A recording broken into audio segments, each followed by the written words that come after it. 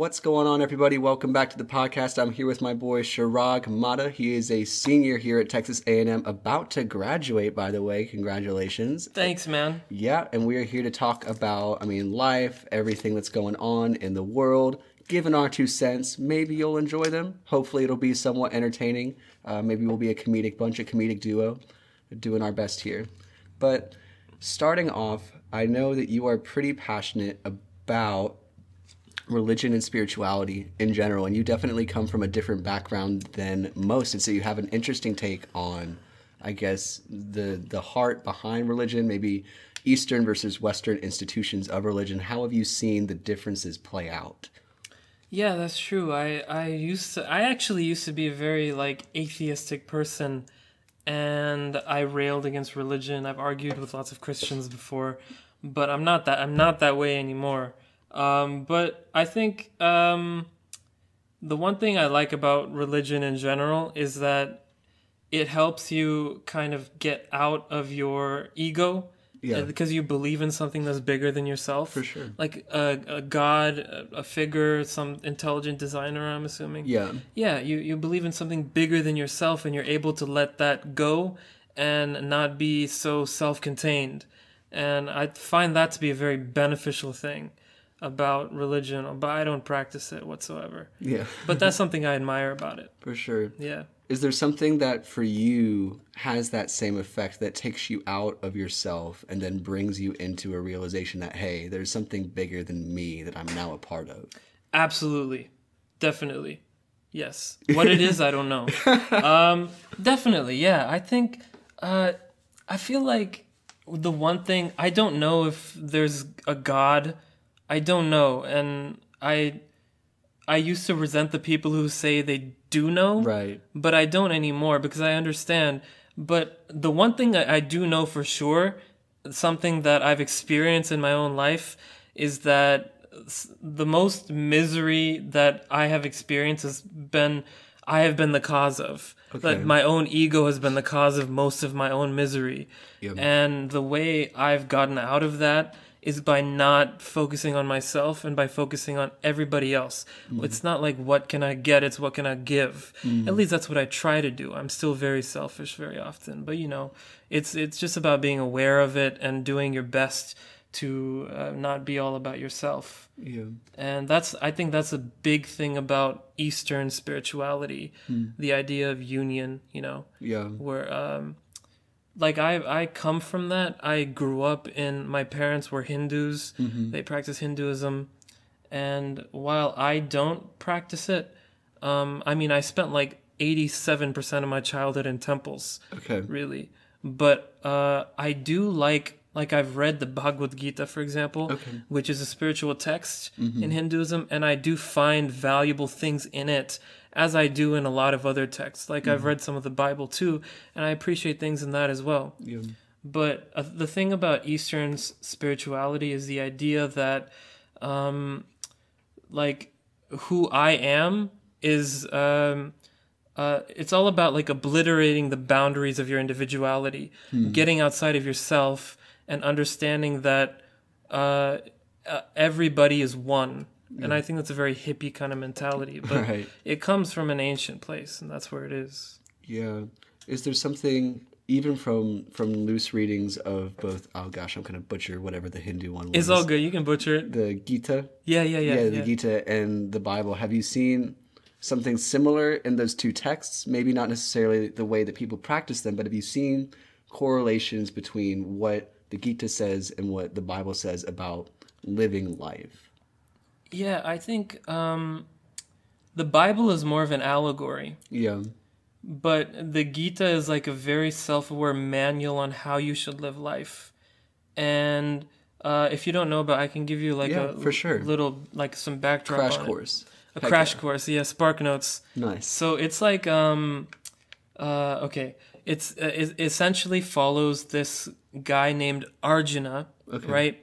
And it's takes place on a battlefield. That's the backdrop of the Gita. Right.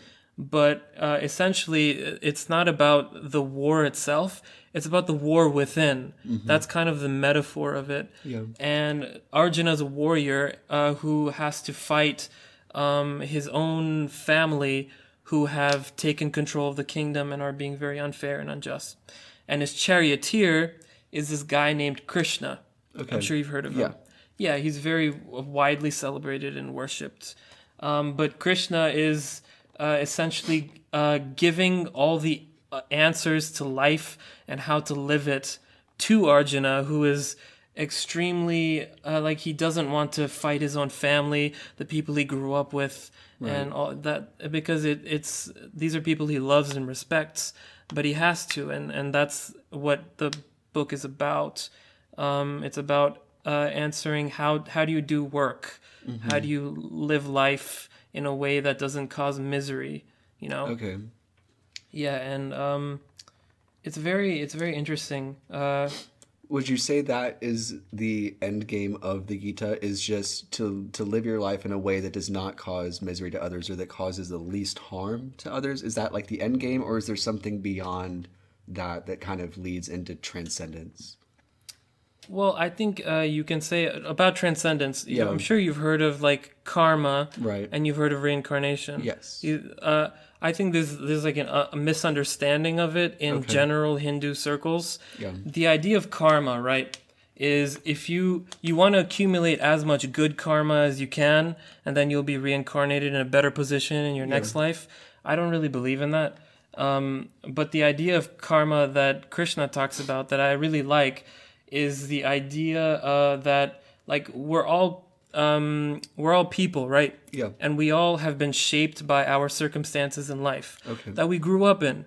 Like I grew up in a certain circumstance that shapes the way who I am today. Yeah. Just like you have. For sure. And essentially these were predetermined things. Like I didn't choose to be born in an Indian household or in America or, you know, in middle class, or I didn't choose these things. These were kind of determined for me. And that is described as karma. Okay. But the goal is not to get good karma or not to avoid bad karma. That's not the goal of it. That's frequently misunderstood. Okay. What Krishna says is to break free from the karmic grip, which is to break free from what the world makes you. And he says it's very practically how to do that is by doing work without attachment to the results. Yeah. And I think that's like, again, like I'm not a Hindu, I don't practice Hinduism, but that's an idea that I really enjoyed because like I can give you an example. If you're taking an exam, right? Yeah. And you're constantly worried about, oh, am I going to pass? Am I going to fail? Am I going to get a 89.9? How am I going to do? What grade will I get? How will it help me? If you don't focus on any of that and just focus on the work, studying, understanding, learning, that's what it's about. That's what life is about, doing work. It's not about a reward. It's not about the results of what happened. Of course, you have to be aware of that and learn from it and move forward with it. But that shouldn't, like, your motivation shouldn't be some, like, cherry on top of the sundae, is essentially the idea. Dang. So you're not looking, so people aren't actively seeking that next stage of reincarnation. I mean, I'm sure that's part of it, but you're saying if you're looking for that, then you're missing the point. Yeah. Right? You want to be hyper present in the moment and then enjoying life around you with the people around you. And then at the same time, doing what you can to cause as little misery to others as you possibly can. Yeah. And essentially the idea is like, the idea that I'm different from you or that chair or a pencil, that I'm different from any of these things is an illusion that I'm projecting in my own mind. Like my individuality is an illusion.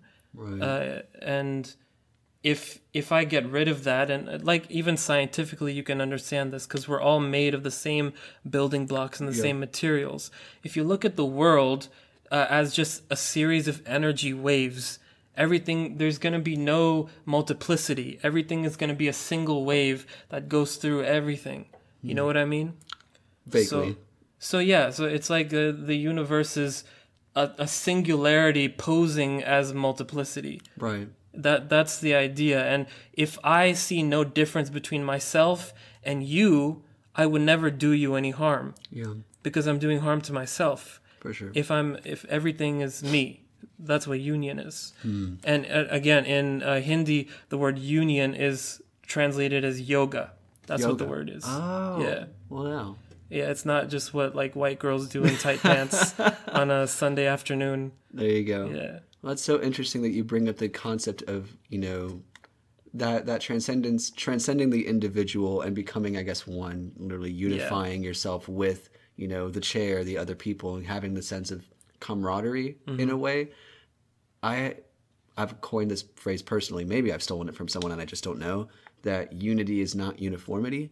So like the way that we look, the way that we act, the way that we speak, the way that we think may not be uniform, but we are all united by something.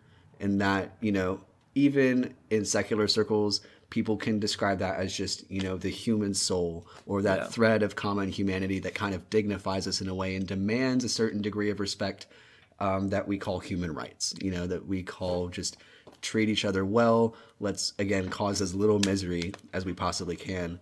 Within Christian circles, it's interesting that you kind of brought up that it's about tunnel focusing in on the work, right? And tunnel focusing in on the present. And I think, while the semantics might be different, because semantically, Christianity is all about your works are meaningless, right? Your best works are filthy rags at the feet of God, and that anything you do to try to strive towards that end game through your works is going to be meaningless, right? The only true transcendence you're going to achieve is because God has given it to you, right? And then especially the Christian church is like through Jesus and the death and the resurrection and all that stuff.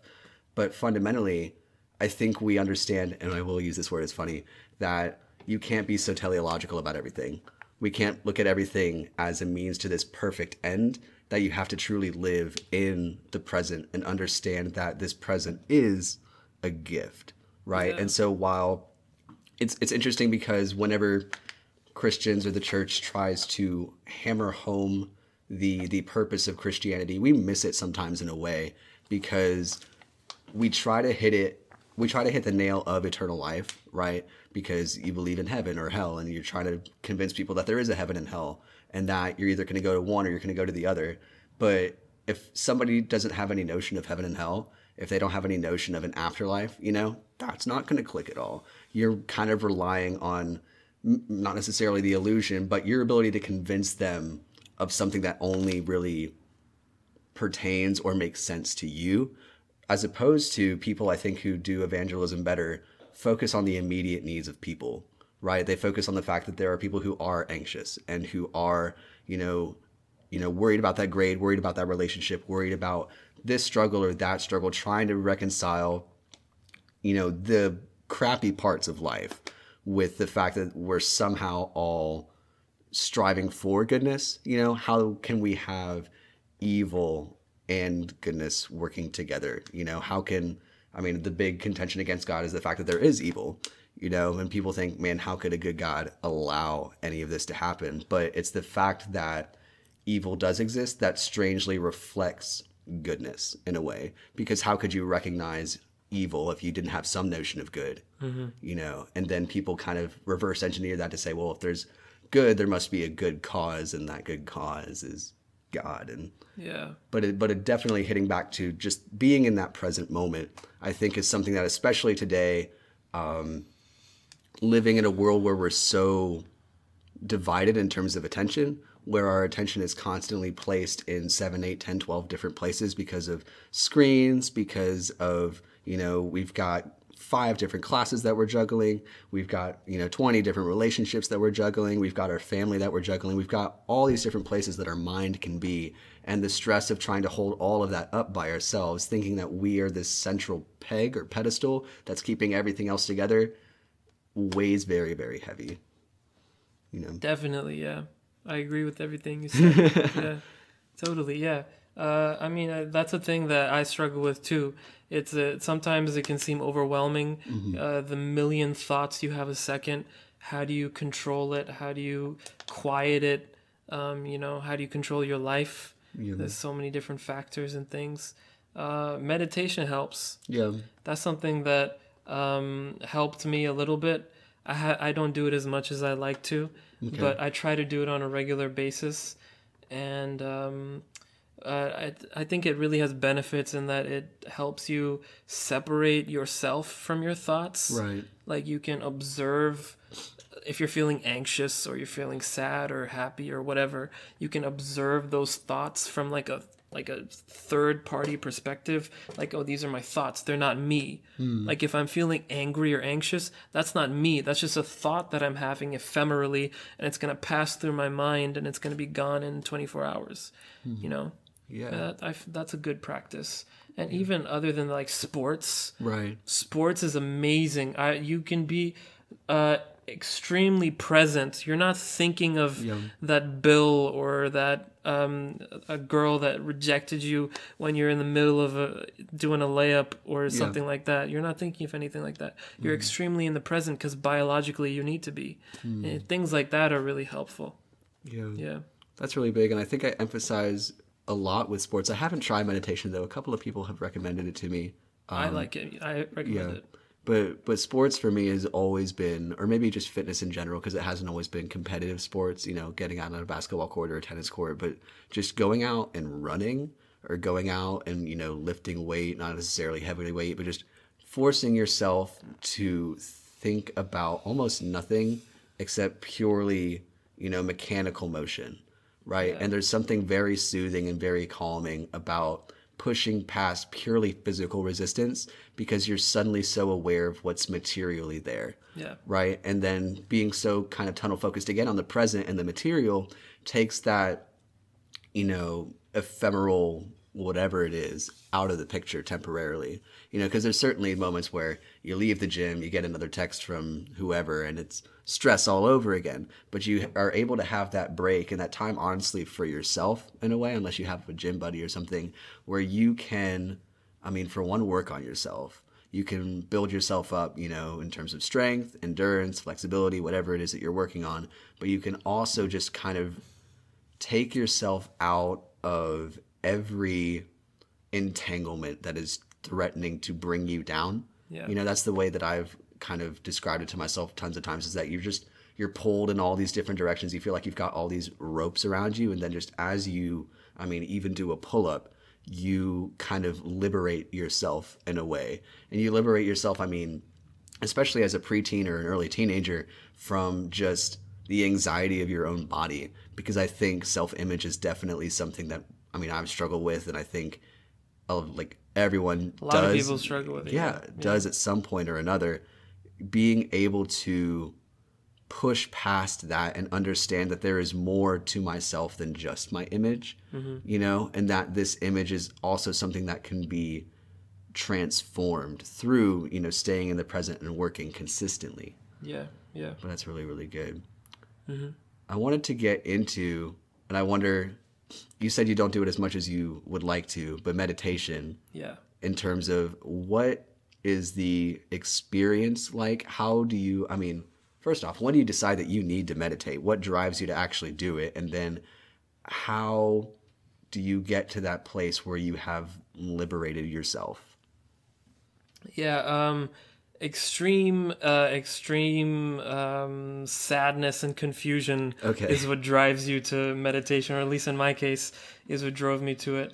And it's hard to keep doing it. It doesn't have an immediate effect, but you can definitely feel an effect, a calming or a serenity, almost like it's very like an unspoken clarity that you feel when you do it.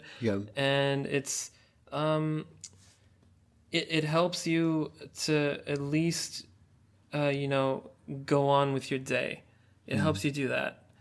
And I'm sure if I keep doing it, it'll have better effects. But I think, what was your question again, as far as? Just in terms of, you know, is there some moment of transcendence that you've had during meditation where the act of meditating, like what confirmed for you that meditation was something that genuinely helps? You know, I haven't reached that act of transcendence, or I haven't reached that point yet. But I think it's a process. It's not a glamorous thing.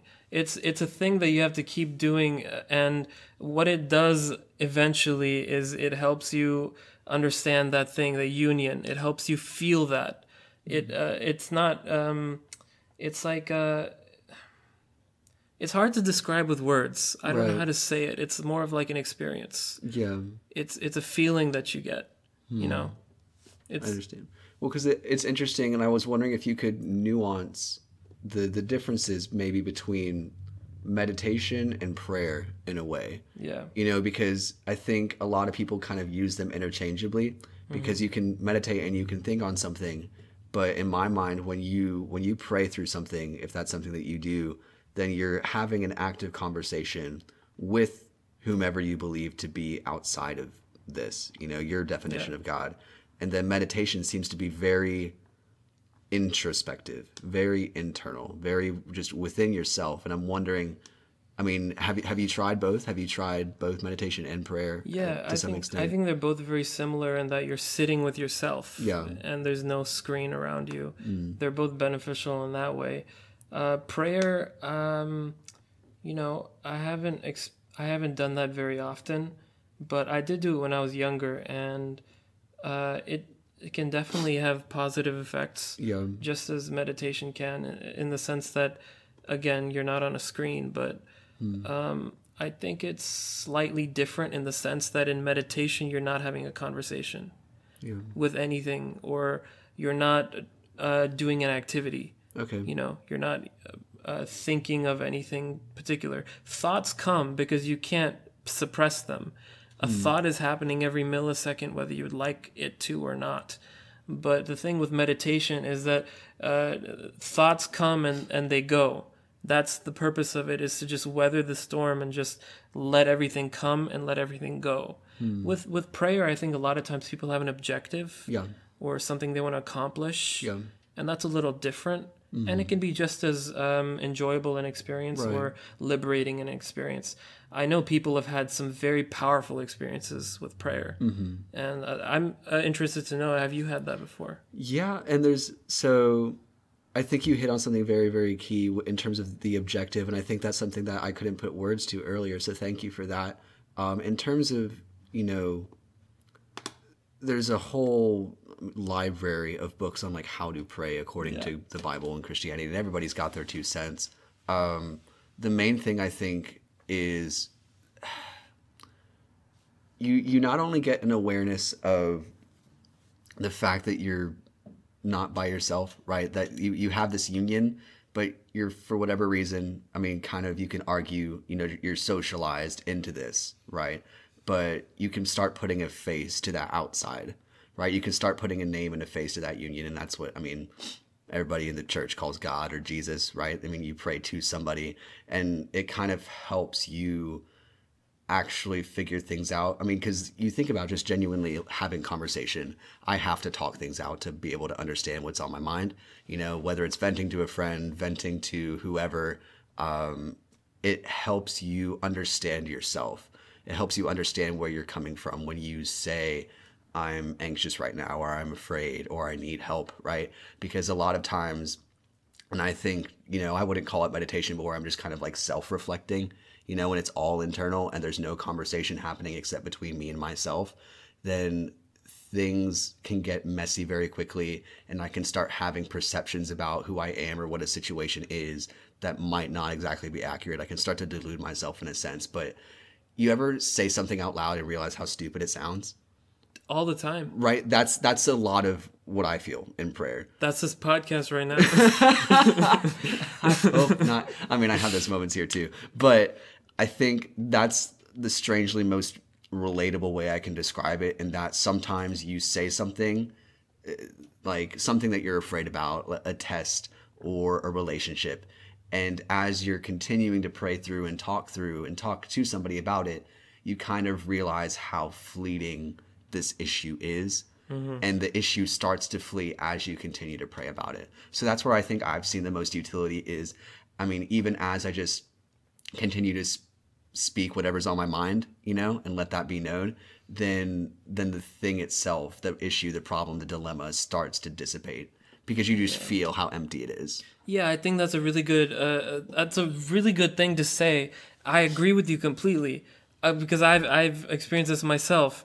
Because when I'm aware, like I make myself aware of something that I'm feeling or that I'm thinking, it immediately becomes less serious. Yeah. Because it's when it's in your mind and it's just hiding there ominously, you know, in that lighting that's very intimidating. It can seem like it's bigger than it actually is. Yeah. It's like your mind is a professional at magnifying issues and making them seem 100 times bigger than they actually are. Yeah.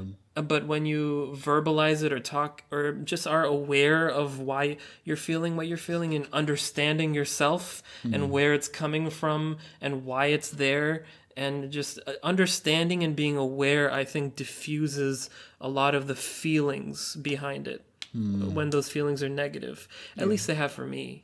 Right, and I think it comes back to especially fear and anxiety. I mean, the phrase runs deep that you're afraid of what you don't know and what you don't understand.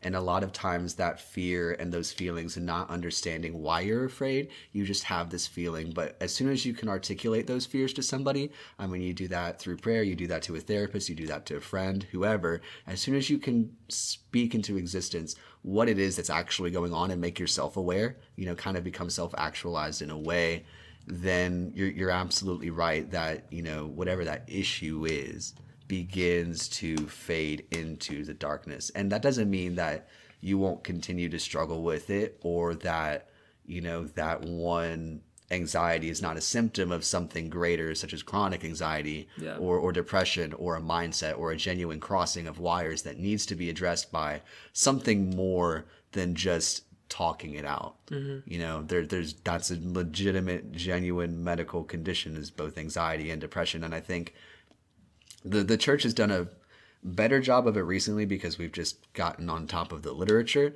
But for the longest time, I mean, and I know a couple of friends where this is still the case, where somebody's got anxiety or depression or all of these thoughts, I mean, self-harm, suicidal thoughts and actions, you want to express those feelings and you feel as though you want to express that to somebody. So you go to your friends or your family or even a pastor, and they tell you to go back and pray through it, right? Which could be helpful, but at the same time isolates you. And puts you into that headspace that's the most dangerous place to be. And they're telling you pretty much to push it out.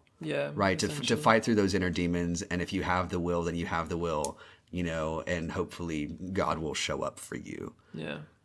And I think, unfortunately, just in the cases where it's genuinely crossing of wires, or even if it's not, you know, chronic depression, you just have a lot of people who are given genuinely poor or insufficient advice, is the best way to say it. And like, deal with it by yourself, you know, with God through prayer, but essentially go away from me. You know, and I think that's to our detriment a lot.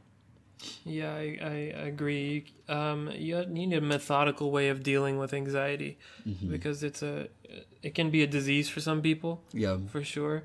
As far as like co-relating it with pain in general, I like to, it works for me personally, in the sense that I like to say to myself that it's a natural phenomenon. This is happening to me biologically. Like if I get hurt or I have an injury or I feel some anxiety, like this is it's natural. Like if I stub my toe, this is a natural phenomenon. The pain I acknowledge, but I like to say to myself that suffering is a choice. Like I can acknowledge that the pain is there, right? But I don't have to choose to suffer because of it.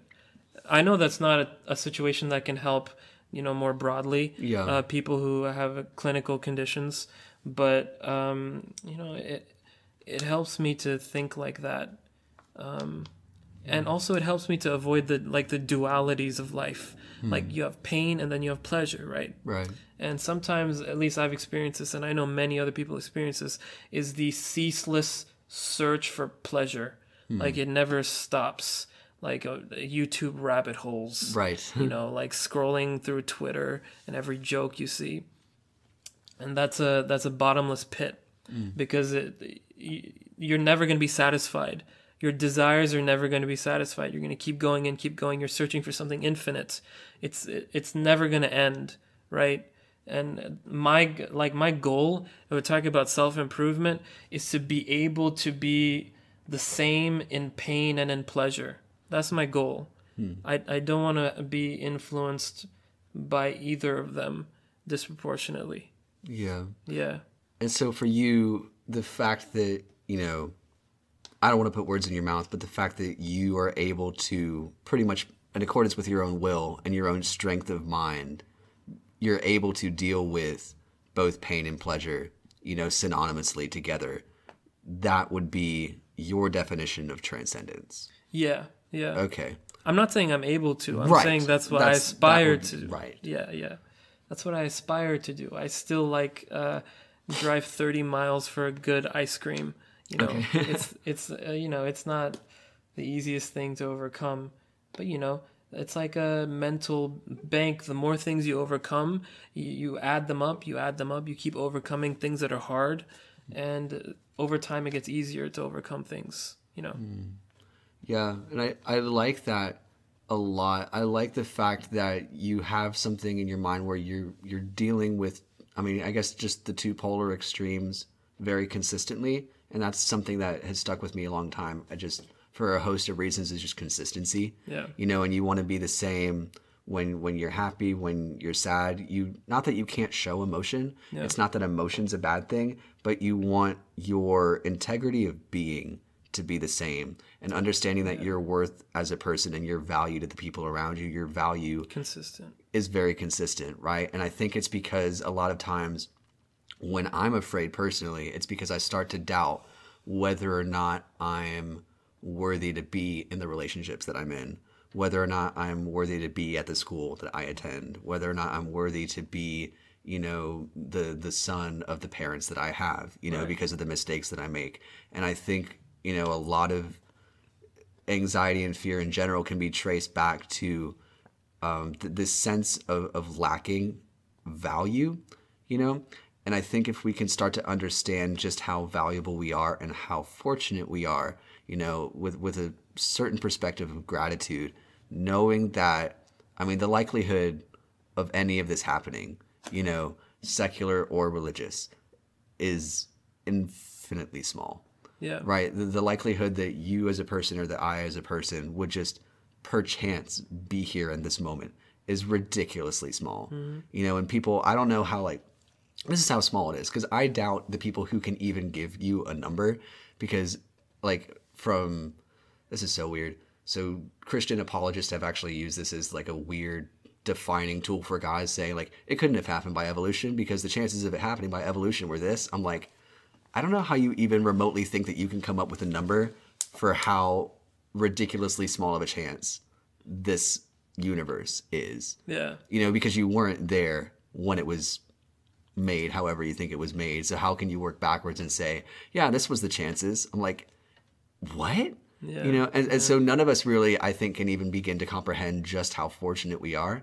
And that's hard when we take for granted the fact that we're breathing, the fact that, you know, we have this sense of selfhood, you know, and we start fighting, I think, for legitimately that infinitely small percent of an edge between the bottom of humanity and the top of humanity, you know, and that can go in a bunch of different ways. Politically, people arguing and fighting over, I mean, what's right and what's fair and how things should be done, how resources should be allocated and all that jazz. But I think we genuinely don't understand, regardless of how you feel about what those things should be politically, we genuinely don't understand where we stand in the universal spectrum of existence. Yeah. And the fact that we're living. I don't think we'll ever understand completely where we stand in the universal spectrum of things. I think that's okay. It's okay to say I don't know. The people who think they do know, you know, what happens after you die, I don't think they really know, because we don't know what happens before we die either. It's okay to say you don't know, and the universe is so vast, it's so huge. It doesn't owe us. It doesn't need to be understood by us. Like we're not entitled to understand the universe.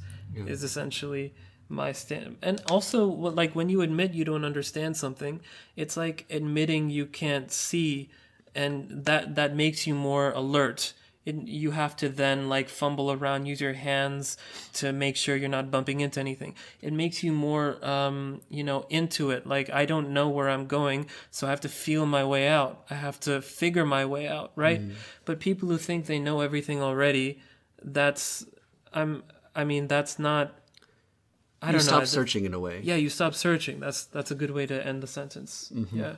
Because I think you're absolutely right, and there's a bit of stripping of ego that occurs again, that needs to occur, pardon me, when we think that we remotely understand an ounce of what's going on. Yeah. And this is not to remotely dismiss, science or facts or theories or any of that, but just when we're so incredibly certain that we can understand anything, it's just you want to have that ounce of doubt, that makes it real, because you can just put your hand on the brick or something for a little too long and like just have that metaphysical question of like, what is this really brick? Or like, what would a real brick be? And it's, am I the brick? Am I? Yeah. I mean, you start to get really meta and trippy about it.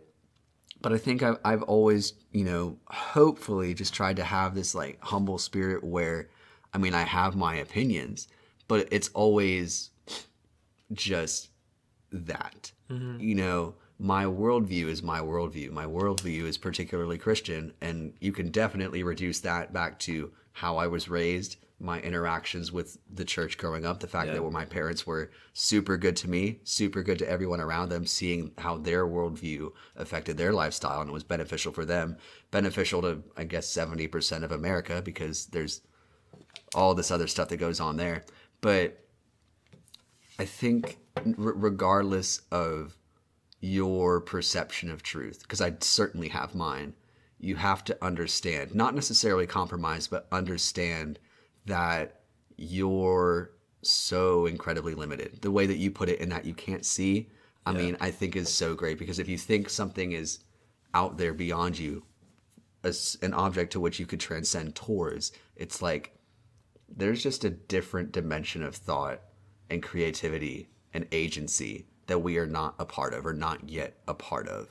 And so realizing that we have to take a step back from that in humility, wondering and striving and hoping towards that end goal, but recognizing again that we're here, and I think that should put us in a place where we're less afraid to fail, right? Because if we're so hard pressed to make our case and to state our beliefs as fact, then your fear of failure dramatically increases, because your worldview is at stake and your understanding of everything is at stake. Your notion of truth is at stake.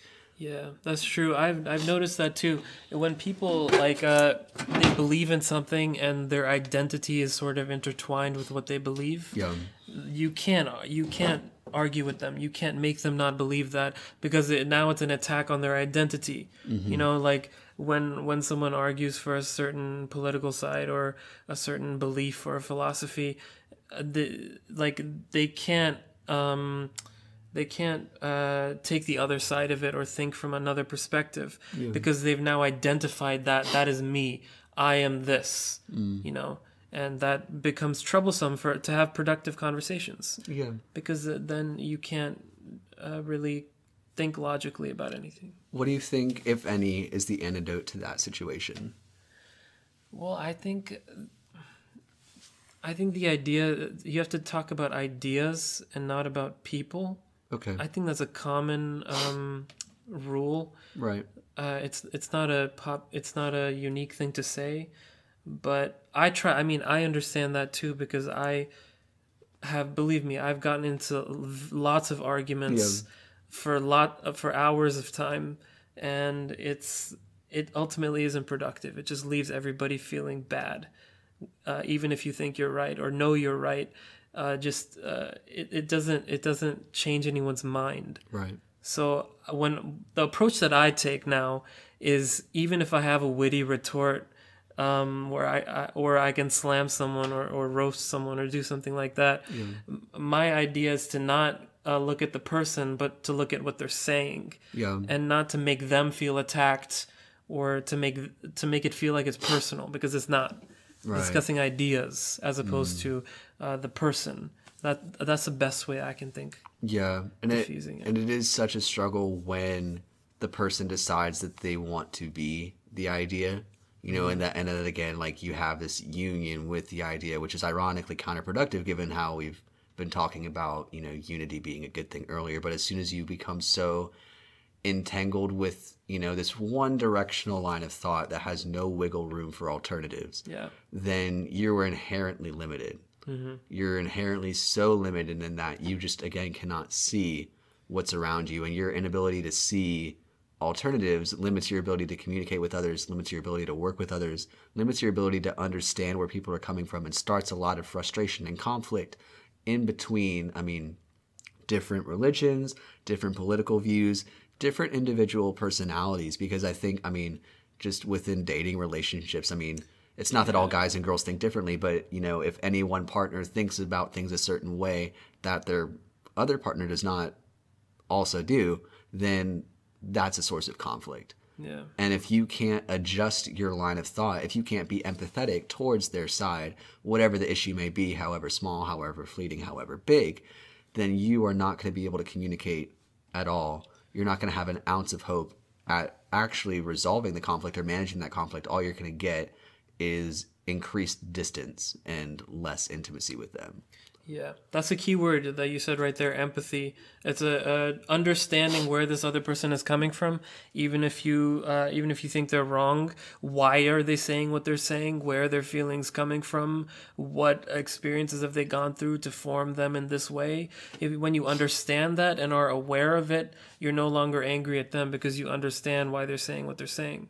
Like I'm not a big fan of, for example, guns. I believe in gun regulation, because guns can be dangerous, particularly assault rifles that, mass shootings are very rampant. For sure.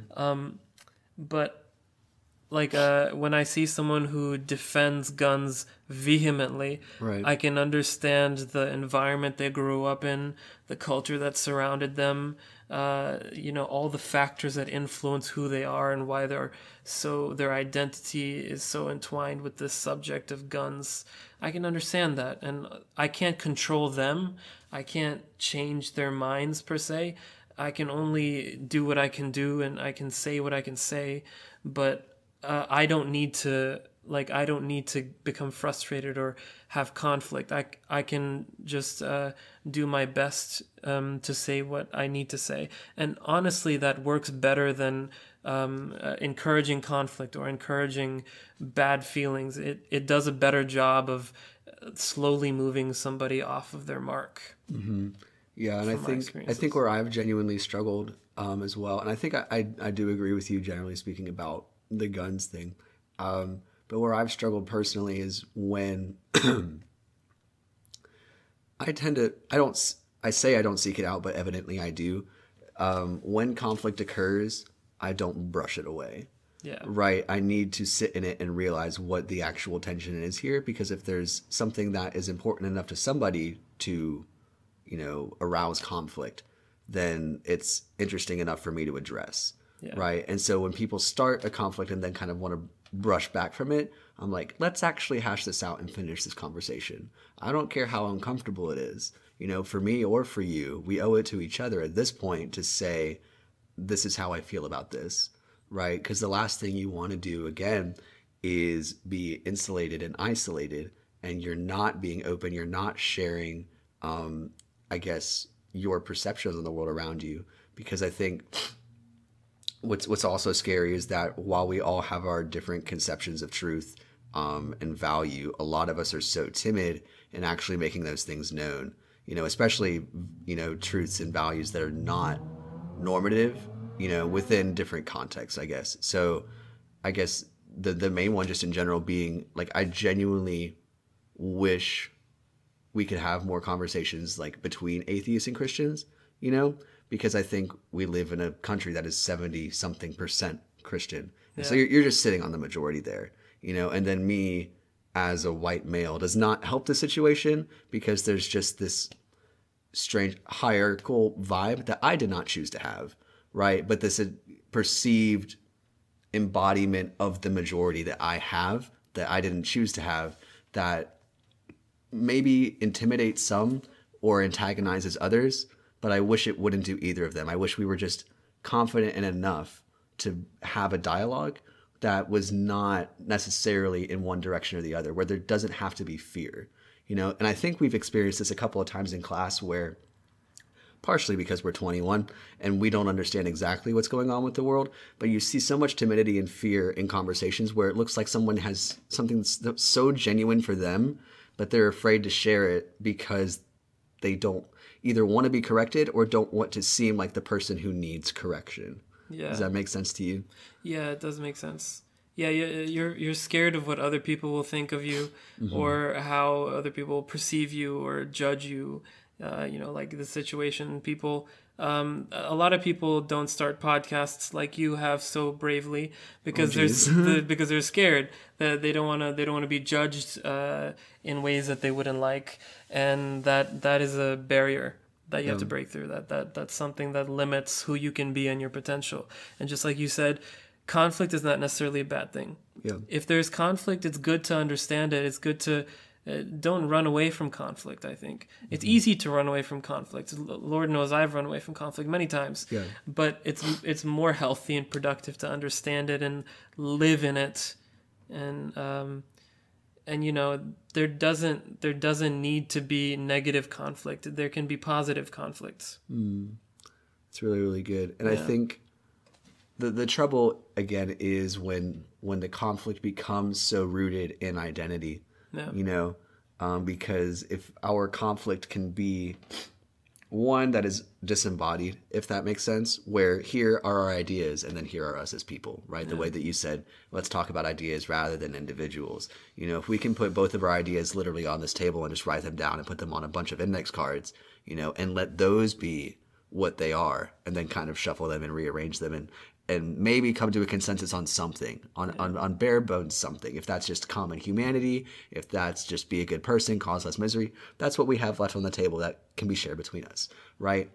But if I physically have to put my whole self on this table to give you my ideas, and then you're giving me index cards, then I fundamentally have a disadvantage, right? In terms of this, because I'm much more attached to this potential conflict, and for me to then be brushed off the table is just that, right? It's not just swiping an index card off the table. It's literally taking me and who I perceive myself to be and theoretically devaluing it and throwing it in the garbage. But I've placed that value on myself, right? That isn't something that you've told me that I am. That isn't something that, hopefully anybody else has had to tell me that I needed to be. That's purely a self-imposed ideology where I cannot, disembody myself or distance myself enough from my thoughts to have a conversation with somebody else. Yeah, that's a frequent problem.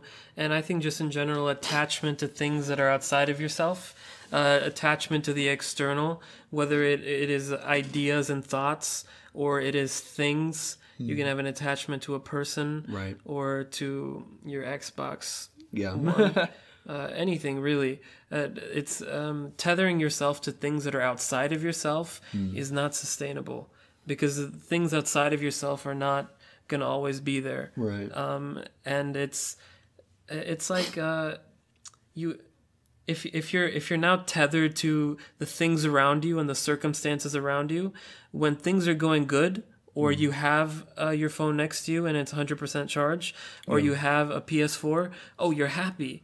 Right. But if you don't have these things, you're not happy. If your phone is at 1% charge and you left your charger at home and you're outside, and what are you going to do? Oh man, now you're sad. Yeah. When you're attached to these things that are external, you're, it's like the tides. It comes in and goes out. There's no consistency. You can't. But if you're within yourself, right, and it's difficult to do, but I think it's achievable. Yeah. If you're within yourself and not have any attachments, then that's a good way to live, I think. Yeah. At a point where your happiness is not contingent upon anything else. Exactly. And that genuinely is like every self-help book ever, and if somebody could genuinely become that self-actualized guru, that's living the dream. But I think anybody even who's written a book will tell you it's like there's so much in between those moments of happiness, because happiness, I think, is inherently contingent upon our circumstances, so long as we're human, right? Because I think, as you talked about earlier, emotions are biologically driven. Yeah. You know, it's not that all we are is a bunch of crossed wires, and it's when you recross the wires that you have these happy connections. I think there's so much more to it than that. But, you know, at a purely biological level, our happiness is tied to something. Our happiness is a response.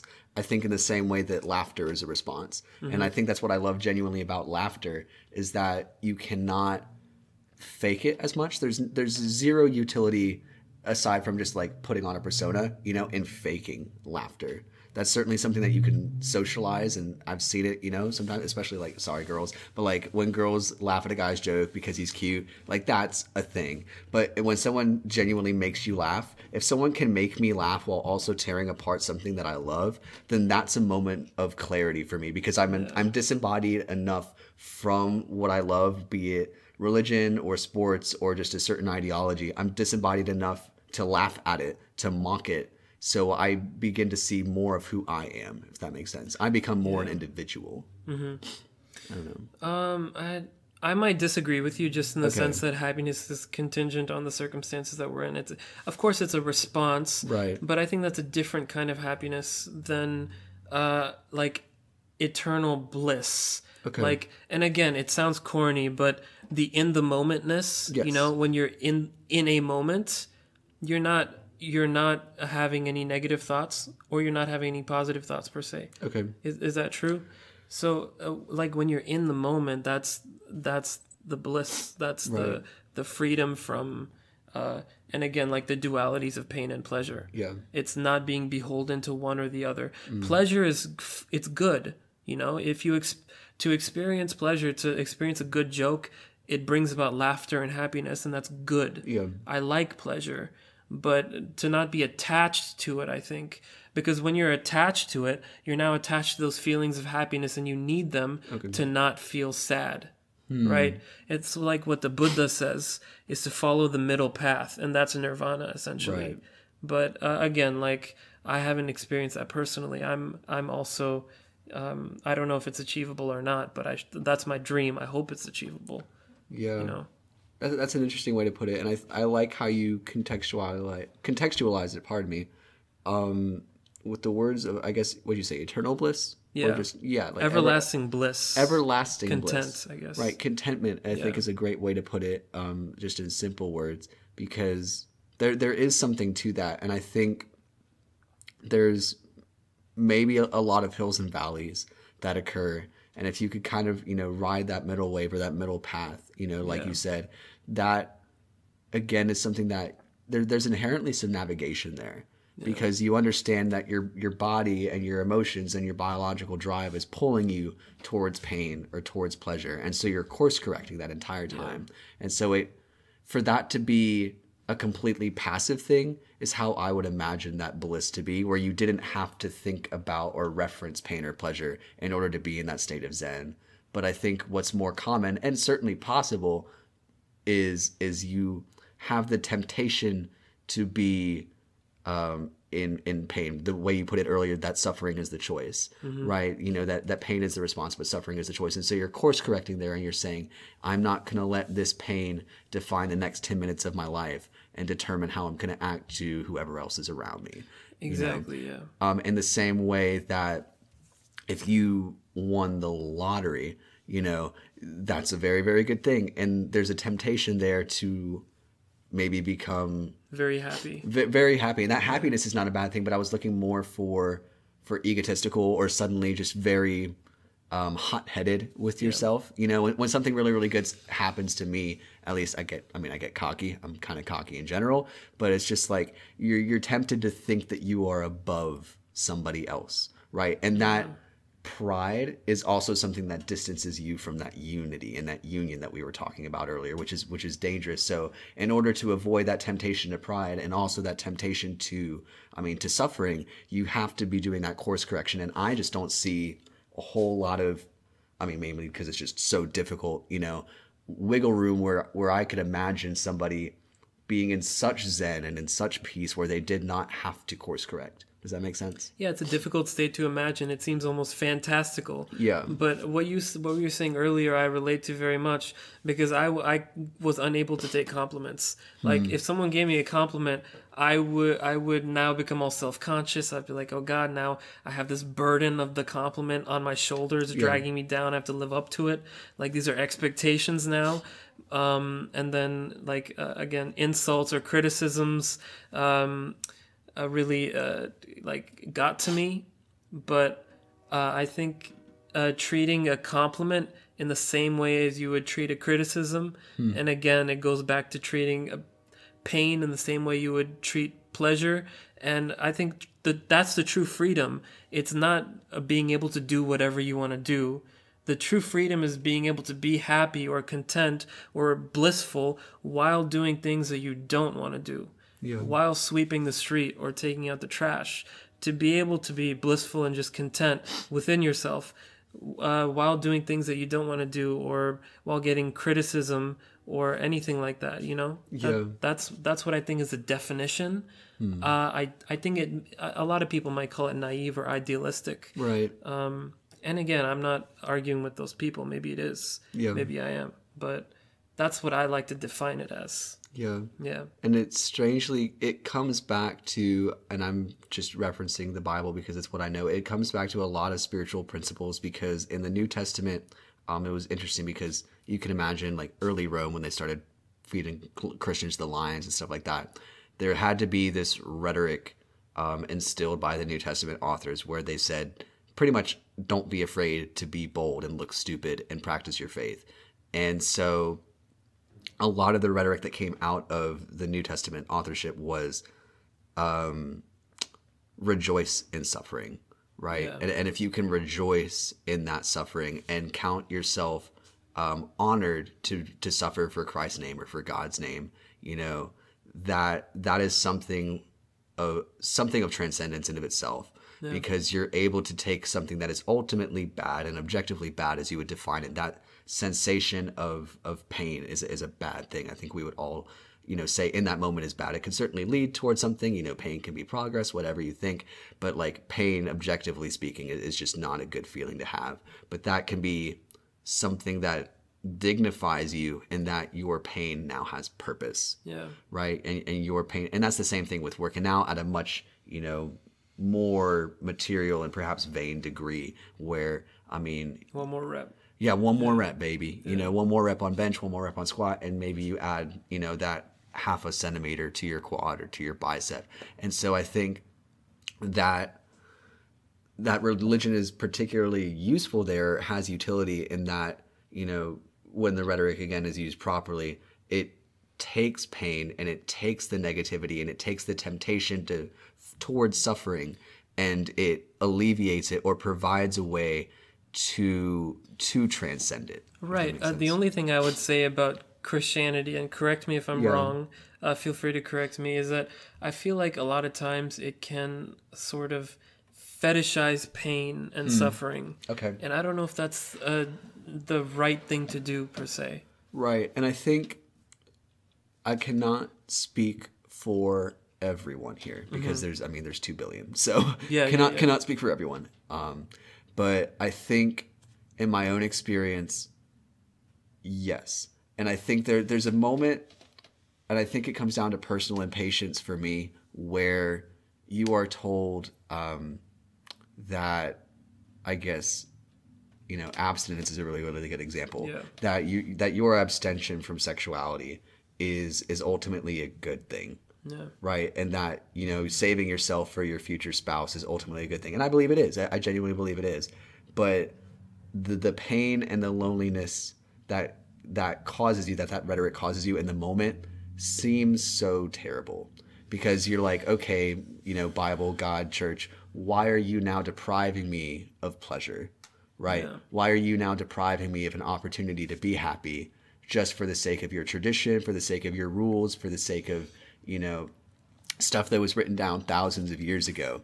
Why do I now have to take the brunt of this for what seems to be no reason other than, oh man, my marriage might be like 10% happier because I never slept with anyone before I got married. Yeah. And so I think we fetishize the suffering quite literally in that sense, where that abstinence is glorified, and I genuinely do believe like there's good reason for it, and I haven't exactly fulfilled that department very well. So, but the fact that there's also so much fear instilled as well, and I think that's what bothers me a lot is when and again people do it well, people do it poorly on any side of those 2 billion Christians, that like if you start controlling people or trying to guide people towards God's will through fear and through fetishizing that suffering and that almost loneliness in a way, then that's dangerous, because it puts people in situations where they now feel guilty and bad for even having a desire or sexual attraction to Catholic somebody. guilt. Yes. Yeah. Not Catholic, but I understand. Yeah. So you look like you wanted to say something earlier. I mean, I wanted to say a lot of things. Oh, go for it. I've forgotten all of them. No, I think you were talking about abstinence, right? Yeah. Abstinence. So what do you think it is about sexuality that God likes to police? I would argue that, I mean, it's like thousands of years ago, it's a nice way for the state to police sexual impropriety and prevent the spread of diseases and that type of. It has a sort of like a convenient thing to keep the masses at peace. To say, save yourself, so don't go to a brothel and don't do these things that can lead to societal damage. It's a nice way to control people. But what do you think is, like, argue with that argument? What do you think a God would care about it? Yeah, and I think, so again, I have once again fallen short in this department, and it's not as if I've done this perfectly, and I don't pretend to be like the master of scripture, if that makes sense. I'm kind of going off of what my pastors have said and stuff. But you look at the Old Testament, and I guess it's Leviticus 18 is the one that a lot of people have beef with, where it says, if a man lies with another man, he has committed an abomination. He deserves to be put to death. Yeah, that's the one where, if you want to look at an example of God policing sexuality, there's your keystone sign right there. And the way that it's been described to me, and I've found some peace with it, because again, it's just a hard thing to see or reconcile. There is the biological utility in a man and a woman being married, and then there's a biological value, I think, in monogamy as well, right? So in terms of, premarital sex is so hard for me, but, when you're in a committed relationship and you have, mothered or fathered a child together, then you have an obligation to stay with your partner and raise that child together. Because, I mean, look at single parent households versus 2-parent households, right? This is not dissing on single mothers or single fathers. Y'all do an incredible job, but it's hard, right? And I think, if you're looking at it in terms of there's an intelligent design, the design makes a lot more sense if there's 2 people there to raise the same kid. Yeah, but I would say that may be a biological reality, but how can you then correlate that to morals? Right. Because there's a lot of things that happen biologically that you can't ascribe a morality to. Well, and I think the scripture itself is kind of what ascribes the morals, because the biblical argument is literally just throw the Bible at them, and because God's word said so, that's your moral beat stick, right? Yeah, faith. Yeah. Right, faith. And just genuinely, if it's written in the book, that is what makes it good, because you believe the book to be inspired and written by God, and why would God write something that was wrong or untruthful or malicious, And so that's a hard thing to reconcile, especially just because it is, you can see the policing, and you're like, what the heck, God? I thought you were liberating us from everything. I thought you were, letting us be completely free, as you said earlier. But there's just difficulty in letting people do whatever they want, because there are things that I think we can objectively agree are bad things to do with your freedom, such as harming other people. Yeah, hurting other people for sure. Right. Yeah. And it's I think, if you can objectively say harm is bad, then I think it then kind of escalates to, okay, is this kind of a relationship harmful, right? And does Scripture see this relationship as harmful? Does God see this relationship as harmful? Harmful to whom, though? Right, harmful to maybe not the participants. individuals, because there are certainly, I mean, plenty of happy, homosexual LGBT Yeah. couples, right? It's not as if this kind of relationship will ultimately harm those two people inevitably, right? But I think, again, arguing a little bit extra biblically here, just out of my own head here, zero authority whatsoever. If you want to look at continuing a population, purely a biological drive behind it, the way you thought I think you phrased it earlier, it's like, oh, this convenient way of controlling the masses. Yeah. If there is a God and he wants to ensure peace among the masses, then reproduction is kind of a thing, But like if reproduction is my biological drive, which it is, and it is for most people, Yeah. it's like homosexuality is also naturally occurring. It's a natural biological phenomenon, Right. And gay people are also a product of what God has created. I would assume, Yes. right? So then, if a gay person is a biological reality, then whatever his drive is must also be natural. Right. Right. And this is the genuine her. beef. Right. Correct. And this is a genuine beef that I have that I think is not well addressed by the church at large. And the way I phrase it is that what's natural is not what's good. Yeah. Right. Not necessarily. Not necessarily. And that's the main thing. And I think the way that at least Christian rhetoric has gone is saying, and again, it's just a problem with the rhetoric, is that, homosexuality is unnatural. It's not the way God designed nature. But you look at, I see my LGBT friends, I'm like, this looks like a very naturally occurring desire to you. It's certainly not a supernatural desire, because at that point it's like, why would God just be implanting you with this, if he doesn't like it so much? So it's certainly, I believe, a natural desire, if, just attraction, heterosexual, homosexual, whatever it is. But I tend to go, and it's kind of just cherry picking examples. Hopefully the cherries are delicious. Yeah. But if you look at the desire to harm somebody, right? And that's fundamentally on the opposite end of the spectrum as, having sex with them, hopefully. Yeah. Right. It could be one and the same. Hopefully it's definitely, hopefully it's not. But the desire to harm somebody also comes naturally. Would you agree? Yeah. Because it comes out of anger. A lot of times that anger comes from fear, unknowing. And so just because a thought occurs, just because a desire happens, and just because it's rational and you're able to do it, just because you can doesn't mean you should, is the short, sweet, perhaps insufficient answer. Absolutely, yeah. Things that naturally occur, survival of the fittest naturally occurs, Right. and you don't want to base a moral system on that.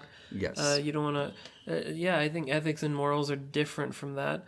But homosexuality isn't hurting anybody, unless, of course, you have Christians who identify. Again, we were talking about identification. They identify with anti-homosexuality. So any example or instance of it is an insult to them, Right. or offends them. Well, and I think so without digging into identity politics per se, I'm using the phrase hopefully a little bit differently here. But in terms of identifying with your sexuality, that can go one of a couple of ways. One, I think is probably more common, and one that people wouldn't think about, is that if you are just like lusting after somebody and you're just head over heels for someone, and you're in a relationship, maybe you're in a committed relationship, maybe it's even an abusive relationship, but you can't get out of it, and you're just so stressed and so tangled up with this one person, you're identified and attached to that person by extension of your sexuality, by extension of whatever sexual attraction you feel for them. And if you're identifying with that object, if now you're, not that girls are objects or guys are objects, but if you're identifying with something external and now your happiness is contingent upon that, that's certainly not good in general, even secularly speaking, as we've established, but certainly not in the eyes of Christianity, where, beyond yourself, your first and primary focus should be God. Right? Yeah. And so if you then identify with homosexuality and say this pursuit of men with men or women with women, sexual attraction experiences, if this is now my identity, then my identity cannot be found in the person of Jesus Christ or in God in general. And so that is where, with anything, Scripture kind of digs its heels in, because you shall have no other gods before God. So right? then that should be indiscriminate towards hetero or homo. Right. And that's where good, I think, preachers get it right. Yeah. Because, so here's the thing. The Bible references homosexuality explicitly. Guess how many times? How many times? 6. 6 times. 6 times, right? Okay. Which, 6 times, The devil's number. Yeah. But surprisingly low, you would think, considering how big of a deal people seem to make of it, because it's just a very political issue. It was never explicitly talked about by the person of Jesus Christ while he was on earth. So in Jesus' Sermon on the Mount, when he's giving people fish and bread, he never spoke about it. It's never recorded that he spoke about it, right, in Scripture. And people believe, Scripture's God-breathed. It's whether it's spoken by him or whatever. Didn't he? There was a section in the New Testament where Jesus talks about adultery, right? And if you do commit adultery, then he talks about severing your limbs. Yes. Right. Is that homosexuality is not included in that? So and I'm going to butcher the verse. I'm bad at the verses. But basically the idea is the Jews at the time had a very, so they thought, strict definition of I guess monogamy and fidelity, and they would say if you looked at a woman lustfully or if you had an affair, then you go make a sacrifice at the temple and you get it atoned, or if you're the girl, you might get stoned, which is unfortunate and awful, shouldn't happen.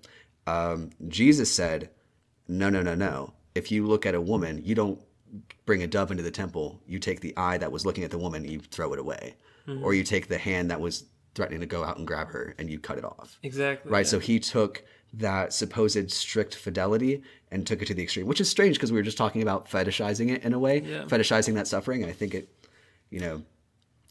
is strange how well that correlates. But to go back to, I think what we were talking about earlier with explicitly homosexuality, Jesus in the flesh does not mention it. It's not recorded that he mentions it. Okay. Right. And people make of that what they will, because there seems to be more definitive belief on the outside looking in, more credibility when Jesus in the flesh says something, as opposed to Job or Isaiah in the Old Testament or Paul in the New Testament, because Jesus is Jesus, and if you're a Christian, Jesus is your big guy. Right. So he doesn't say anything. Paul, I think, references it twice or 3 times, and then it's used twice in Leviticus because they just have to repeat everything in Leviticus. It's weird. And then I think it is, oh gosh, I'm going to forget where it is the other time, but I think it's when Sodom and Gomorrah happens. Yeah. But interestingly enough, when people point to Sodom and Gomorrah, even Scripture says that the sin of Sodom and Gomorrah was not their homosexuality. It wasn't the fact that these men had homosexual desires. It was the fact that they were forcing themselves upon the 2 visiting people from outside the land.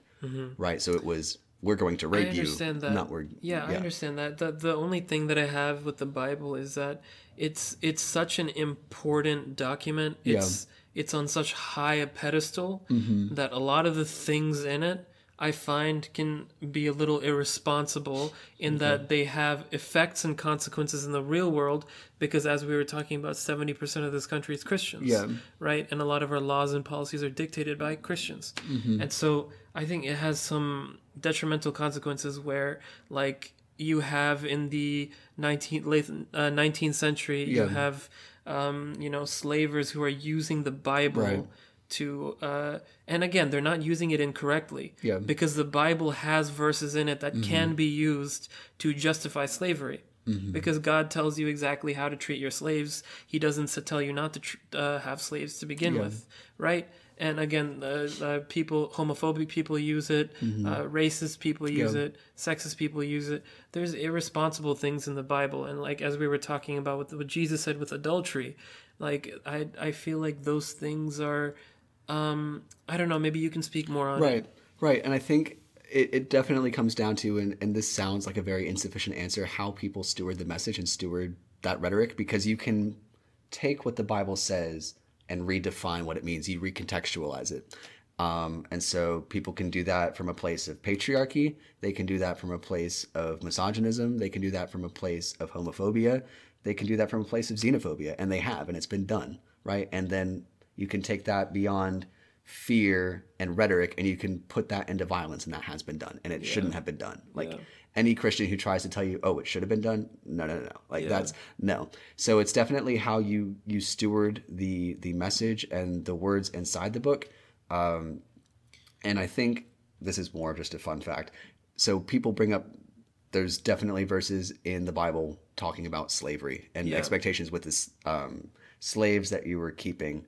But it's interesting that I don't think anybody who uses that talking point understands what the Bible actually says about slavery.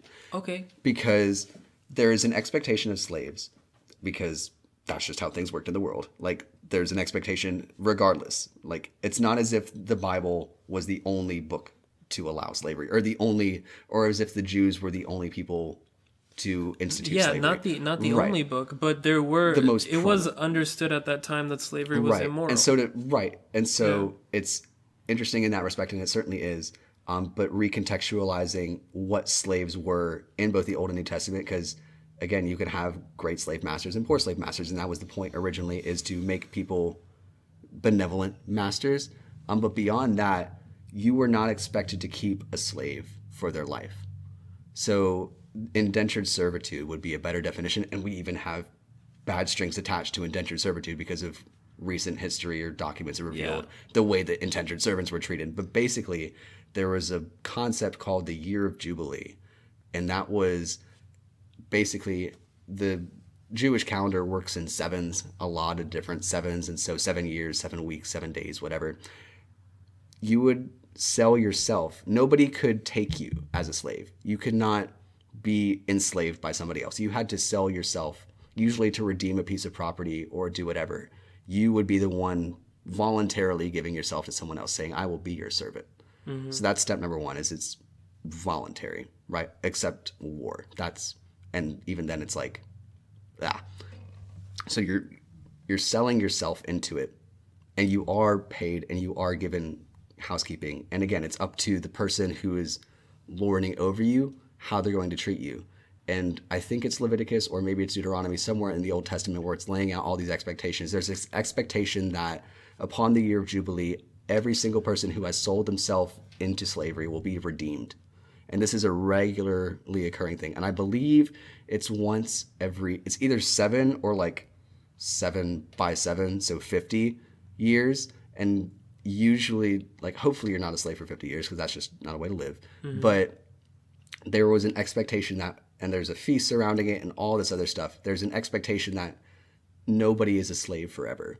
And nobody is a slave solely to a person, because even while you were enslaved, you were expected to worship, right? You were expected to pay your respects to God. And I think, this is tangenting off, I'm sorry, going into the New Testament, Paul's rhetoric in Romans, specifically Romans 6, he talks about slavery and making yourselves slaves to the gospel and slaves to Christ, in that you don't get to choose you don't get to choose the fact that you're a slave. You don't get to choose whether or not you're a slave. You only get to choose what you're a slave to, right? And so he was saying, do you want to be a slave to, and he says sin, like, do you want to be a slave to lust or to anger or to bitterness? Or are you going to be a slave to the person who sets you free from everything else? And so, yes, there is certainly a lot of language surrounding the topic of slavery in the Bible. And there is an expectation of slavery in Old Testament history, and even in New Testament history. And there's nothing, again, that says slavery should not be a thing, because it was an expectation. But there were expectations within that institution that were supposed to make it God honoring. Slavery was not meant to be something that was remotely dehumanizing, right? And so when we think about slavery as fundamentally dehumanizing, and as if somebody's humanity is stripped from them when they become a slave, they become objects, they're owned people. Right, yeah. Right. It wasn't you owned somebody. It was genuinely hand servants and maid servants, and you were kind of contractually obligated, and people could take advantage of you, certainly, and they did. But the fact that, again, mainly just the talking point of, man, the Bible expects slavery, it's like, let's not stop there, right? Because that's a very shallow talking point, pretty much. Like, that's when, again, and Christians do it vice versa, when they say,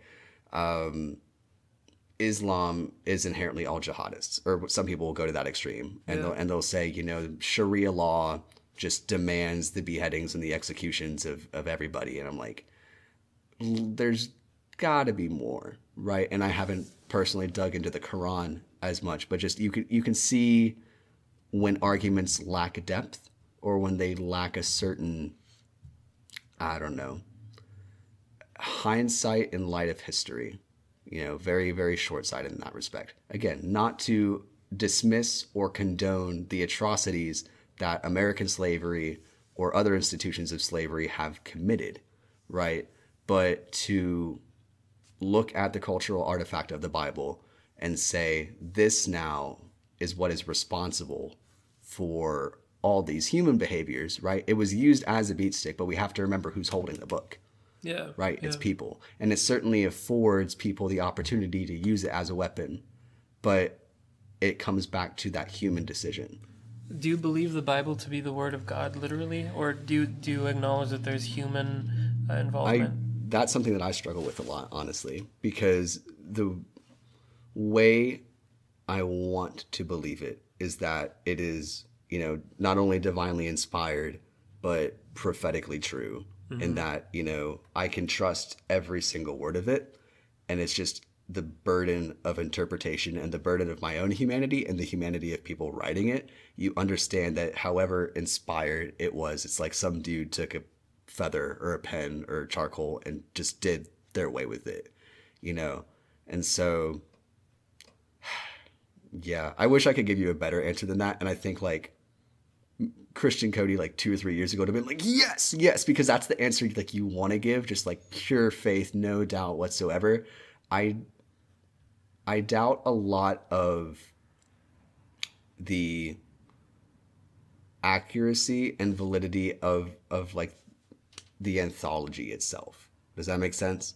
Because just the way that it's been handed down and passed down through so many human hands, we certainly don't have the original information. Yeah. And we certainly don't have it in the context in which it was originally meant to be understood, right? And we still believe, again, that there's so much wisdom to be brought to us in our context, in our day, and that God's words is still relevant, right? But it's knowing that I was fundamentally not in Old Testament Israel receiving the Old Testament books, the prophetic books. It's was this meant for me? The fact that I was not in first century Rome when Paul was penning a letter to Ephesus, the fact that I wasn't an Ephesian, right? Or Thessalonian. It's was this written for me? Sure, there could be God. Sure, there could be this plan of salvation, but it's the fact that the anthology of the Bible itself was so handmade, however divinely inspired it was, plants those seeds of doubt in me. Not to necessarily its authenticity, but again, its ability to be weaponized, right? And manipulated to the extent that it certainly has been and probably will be, because I don't have enough faith in humans to do a whole lot better. Yeah. So you could say the same thing about Islam too. For for hundreds of years, it was orally transmitted before it was written down into the Quran. Yeah. So a lot of it gets lost for sure. But you go back to that thing where did Moses really see a burning bush? Right. And did God tell him to write down these things on tablets and put it in the Ark of the Covenant? Yeah. These things, do you believe them in them interpretively, or what is your view on Yeah, and so there's certainly just sections of the Bible that people argue are meant to be taken historically as opposed to poetically, because the Psalms are all poems, right? Yeah. It's you can see that they're poems. But in terms of the historical accounts, the Levitical law, whether or not it was divinely inspired in the sense that this is actually God's will, there's no doubt that Moses actually sat down and wrote Leviticus and Deuteronomy, in my mind, or maybe even Numbers, depending on the timeline, right? Because it's just there's no reason that this would just be concocted for any other reason than to do exactly what it says, is establish laws for regulating the people, right, or controlling them, as some people say. I guess the earliest accounts of Genesis and even Exodus is more historical because it's just Moses' journey, but Genesis in particular, and then Revelation at the back end, you know, the two bookends of the Bible literally are the ones that like people argue the most about. And even within the church, people argue about whether or not they should be taken literally or interpretively, because Genesis 1 and 2 are about Adam and Eve. And there's a billion bits about why the snake in the garden, there's a talking snake, and that should just dismiss the Bible in of itself, you know, because talking snake crazy. Or Noah's Ark. People are like, how the hell? Like, Noah's Ark, what the hell is that? Can't fit two of them. Exactly. Yeah. And so it's just like, and people will, I mean, again, this is where I doubt our ability to retroactively understand anything, you know, because people who want to be creation scientists about it all and say, this is exactly how they fit them all in the ark. You know, you go to Ken Ham's exhibit, I'm sure it's beautiful and amazing, but it's just like the absolute confidence and certainty with which they assert this is how it was done. I'm like, what? You know? Yeah. But in that same sense, and this is probably where like people look at me and they're like, you're so naive or probably stupid. It's like, I also don't doubt the possibility that there was just something different about either that time or that space where things were happening where, sure, why not? You know? There are historical theories. You can say the river basins would flood very frequently and things like that. Right. And so, and going beyond that in terms of just like the fact that I wasn't there, right? And my limited ability to look at the present and assume that everything that operates as it does in the present operated as if it did in the past, right? I don't trust my own limited perspective to make a rationalization based on that. Okay. Right. And so I think that probably is more doubt than faith, if that makes sense. But it's kind of throwing my hands up in the air and saying, why not? You know? And ultimately, it's exactly the same way that people look at the Big Bang, in that it's not just theoretical. There's a lot of work that's been put into it. You know, it looks very probable. That's evidence-based. Right. Yeah. Very, very evidence-based, and scientists have looked into it. But it's like the burden of not being there and doing all of this science retroactively, you know, and trying to look backwards upon things instead of doing experiments in the present, you know, which is scary when you think about what if we could recreate the Big Bang? You know, that's terrifying in itself. But the fact that we're always looking backwards, history has this troublesome way of having cracks in it because it just the lack of recorded whatever, you know, and our inability to know the past and our inherent need to assume, you know, that again, what is present now is how it was then or remotely similar, when I've seen the world change exponentially in 21 years. Yeah. You know, imagine a billion, you know, or 6,000 if you're like a young Earth creationist, right? Right, yeah, the Earth was made 6,000 years ago. Yeah. Right. I am not a young Earth creationist. Like, again, why not? I wasn't there, but when I see stars that are like 10,000 light years away, I'm like, that's fun math, right? But yeah, there's certainly, and I think this is also, I mean, just because I think this has been the general heart of your questions, and I hope I've answered them well. Something that I would love to see a lot more of is just the freedom to doubt, and the freedom to look at things that we don't understand in Scripture and say, like, yeah, that's my entire relationship with Christianity. Doubt. That's my whole relationship. Right. Yeah. And so while there's certainly a lot of faith on my end, otherwise I wouldn't be making the statements that I'm making.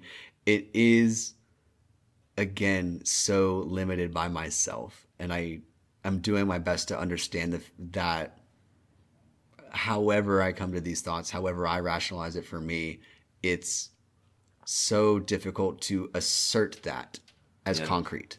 Yeah. Right? I would never be the person to assert that as concrete. It has to be something that you come to as an individual. No matter how much I was trying to witness to somebody, even bring them into Christianity and like bring them to church or something, it's not something that I can impose. Because as soon as your belief is imposed upon you by somebody else, it's not your belief.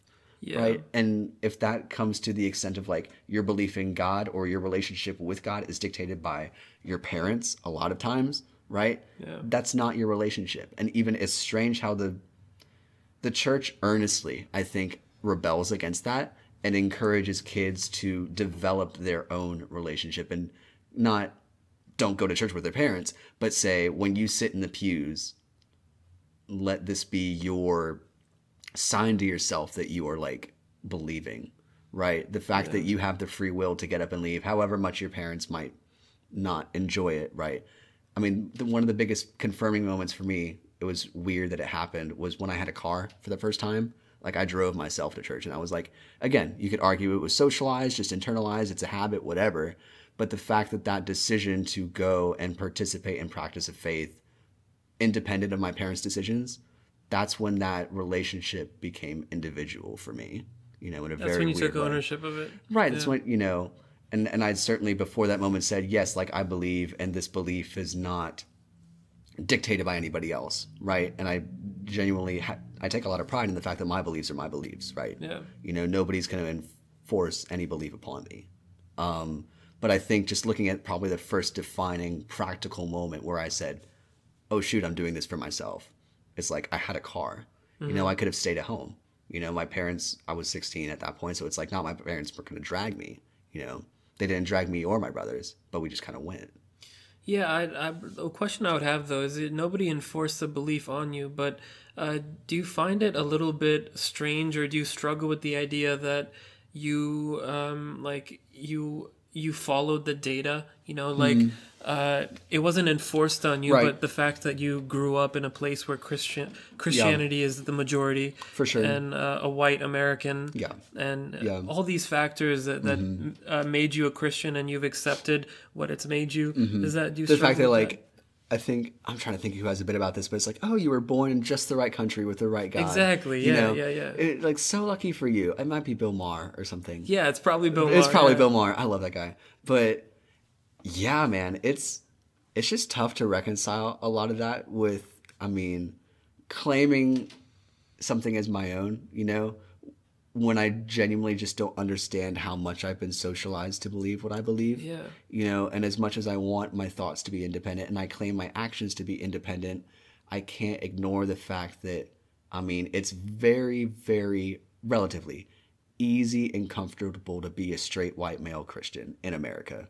Certainly in Texas, certainly in College Station, certainly at Texas A&M. Yeah. Right? And so all of those things narrowed to a T, right, just kind of signal in my mind that there's this sounds selfish, advantage to it, right? For sure, yeah. Right. And so rationally I'm thinking, why would I not be, And you could take that stance and say this is a purely rational decision based on like self-sustainability, in terms of having a social group, having, friends, people who I can rely on.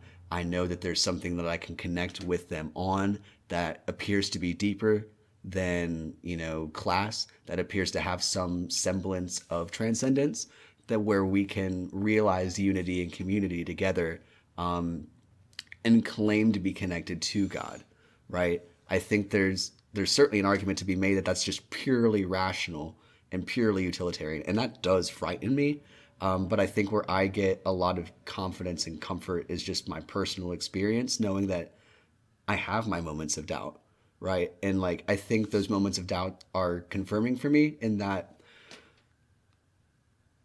I know these decisions are my own, right? And I know that there's nothing, there is a fear somewhat that if I if I left this church and never came back to it, right, I'd be leaving relationships behind. I'd be leaving people behind, and I would be disappointing some people.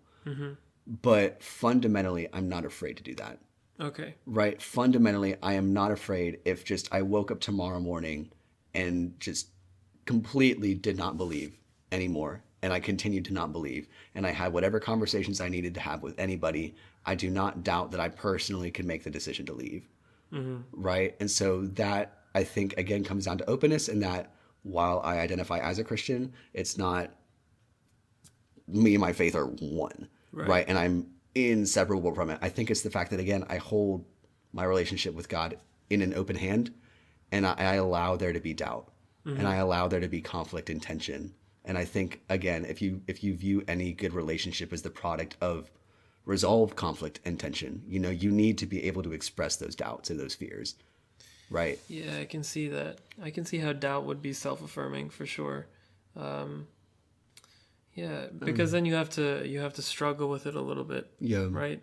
it certainly is. And I think ignorance is bliss in a lot of ways. And I am not shy about that either, because as much as I say the things that I'm saying, I know that if I took the next 2 weeks and seriously just listened to this conversation over and over and over again, I could probably convince myself that, this is a bit ridiculous. Yeah. Or I listen to enough just purely militant atheist content, or purely Islamic content, or Muslim content, right? Or Jewish content, right? If I just purely socialize myself into a different ideology for 6 months and just insulated myself, I don't think my faith would withstand that. So then where do you think objective truth comes in? What do you think is beyond socialization? That's a good question. And I think if you want to put quotation marks, God, to that, I think just the things that we can agree on, right? And how we agree on them, who knows, right? I would say the objective truth comes externally from God, and he plants that seed of truth in our hearts because he is truth. He's a part of it. It's a bunch of other stuff. But there's fundamentally something that does unite all of us. Yeah. And if I that agree is with that. right, and if that's purely material and purely physical and purely just ephemeral and fleeting and vain and all of those things, and I was forced to just live as if there was no transcendence from that, apart from my own will and my own ability to deal with happiness and pain and pleasure, then it would truly be just like the relationships in a weird way. Yeah. Right. And I think the fact, we talk about, it's strange because I think socialization is just that, is the notion that there is an objectivity and there's a truth. We talk about, right, something that's objective, something that's beyond you, right, comes from community, right? Yeah. And it comes from that socialization. And so how I form my objective truth comes from how I'm socialized, Yeah. And so if you could magically get 6 or 7 or 8 billion people to collectively agree on something, that would be objective truth. Yeah. And I think there's a weird rhetoric in terms of like postmodernism and social constructionism, and that, even that would be subjective because there's still something beyond whatever. I'm not qualified to speak on that. But I think genuinely not just your individual truth, but how society as a whole tends toward, for whatever reason, values, right? And values of human dignity and values of unity and values of peace and freedom that break down in a lot of cases, and that break down on the individual level, break down at the systemic level, on the structural level. I think the fact that there is something we can cling to and connect to with one another shows us that there is something real to it. And maybe that's the truth. That's like reality in a weird way, is the fact that we can socialize. I can talk to you, you can talk to me. The fact that you are responding to me right now could be the weirdest trip ever, right? Yeah, this could be a simulation, for sure. Yeah. But the fact that I constantly have feedback from you and everything else around me tells me that I'm living in something that's real and objectively true. Mm-hmm. I think therefore I am. Yeah, essentially you're saying your own mind creates your reality, right? Yeah, and I think as an extension of that, because yes, your mind creates it, and I think I'll bring it back to way earlier in this conversation when we were talking about prayer. That's kind of what makes the objective truth of God real. And I think people talked about like the Bible is God talking to you and prayer is you talking to God. So as you are able to socialize yourself with who you believe the creator of the universe is, I hesitate to say it this way, create him to be who he is. Yeah. Right? In your mind. Right? Whether or not he is objectively outside of your own mind is beyond me, truly, right? Because I'm not qualified to make that claim because I'm trapped in myself. I believe he is. I believe that's true. But again, belief, right? Yeah. I can't assert that. Mm-hmm. And I think it truly is when you get a bunch of individuals who are socialized to believe in that way within a system that supports that, right? Within a structure and a society that supports that and affirms that belief. and privileges that belief a lot of times. Not shy about that either. I certainly get a lot of privileges because I think the way I do. Yeah. You know, I don't get looked at. Funny. So Yeah. that is what it is. Yeah, being a Christian, you don't have to make certain strategic choices in your life to avoid discrimination or weird conversations, for sure. Then again, it wouldn't be so advantageous to be Christian in a place like Iran or another place that is so fundamentally, theocratically a different religion. But I don't know, man. It's an interesting thing to think about, the objective reality. Right? Yeah. Where do you think it comes from? I go back to the corny thing where you just say, again, like in the moment you can say, but I don't know is another thing I can say. Right. I don't know what objective reality is. I remember for a long time I was stuck, like in high school, I was stuck in this solipsistic, it's all about me, everything revolves around me. I'm the only thing I know that is real. For all I know, everybody could be a figment of my imagination. Yeah. You know, like nothing else I can be 100% sure is real. But I don't think it doesn't make you feel good thinking that. Yeah. And what's the point of living? Whatever is real or what isn't real, the reason why I'm here and you're here and everybody here is to just experience what you can experience, see everything, feel everything, understand what you can, just be here to experience things, really. Right? That's the reason we're here. And why be sad? Why be angry? Why be all these things that make your experience miserable? Why not make it a good experience? That's as far as I go. I don't like to say that there's no God, though. Right. I used to be a militant atheist, but I don't like to convince people like you who do believe in God, because if it helps you, that's great. I have no problem with that. Yeah. I'm happy if it helps people to believe in God, but I can't make myself believe in God. Right. I wish I could. I wish I could believe there is this benevolent, all good, omniscient being who cares about me, who is somewhere in the clouds, and is waiting for me. With open arms and smells like floral scents or something. Well, can I ask you one thing? Yeah. What do you think, maybe not necessarily even as greater than Christianity, but what advantage do you think lies in not believing in God as Christianity describes it, or as religion traditionally describes it? What advantage do you think remains in not believing, if that makes sense, in being atheist, not even militantly atheist? Yeah, I don't think it's advantageous or disadvantageous either way. It can be advantageous, of course. Right. Anything can be good or it can be bad. There are pros and cons to everything. Weapons can be good or bad. Chocolate can be great. Yes. You eat one Kit Kat, that's delicious. You eat 500 of them, suddenly you have stomach aches. So just stomach aches. Yeah, well, right. The same thing can be with God. It can be a positive thing. It can be a negative thing. But I think it's a positive thing in the sense that it helps people get out of themselves, and I do the same thing in a different way. Right. A community, like you said. Yeah. Community is a different way to get out of yourself, just like God is. To think of something bigger than yourself, right. Something beyond just me, and just selfish, self-sustaining, and bless you. Thank you. And it's selfishness is not, again, it's not a wrong thing. It's naturally occurring. Selfishness is a thing that exists because we're biologically equipped with it. It's like self-sustenance. Right. We need that. But it's important to be aware to transcend just our biological reality to something else. And some people use God for that, right. And some people don't use God for that. A thing that I've read, this comes from sort of Eastern spirituality. Yeah. I read this in the Gita again. Okay. And it says that there are 3 pathways to enlightenment. And this is a thing that was echoed by the Buddha. He says, number 1 is selfless service. And that is a thing that a lot of religious people use too. to achieve enlightenment and to achieve the same states that any kind of a great individual or guru or mystic could achieve through selfless service.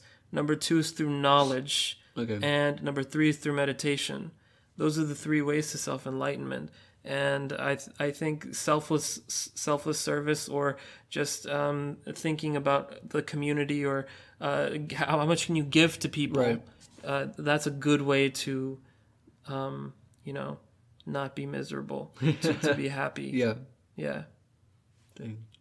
Even with humor, like we were talking about comedy earlier, a lot of times I felt like my intention in joking or making a joke was to gain approval from someone, or just that a small social currency, or to get a friend to like me, or to get a girl to laugh, because I'm not cute, so I have to develop a sense of humor about it. But that was the wrong way to go about it.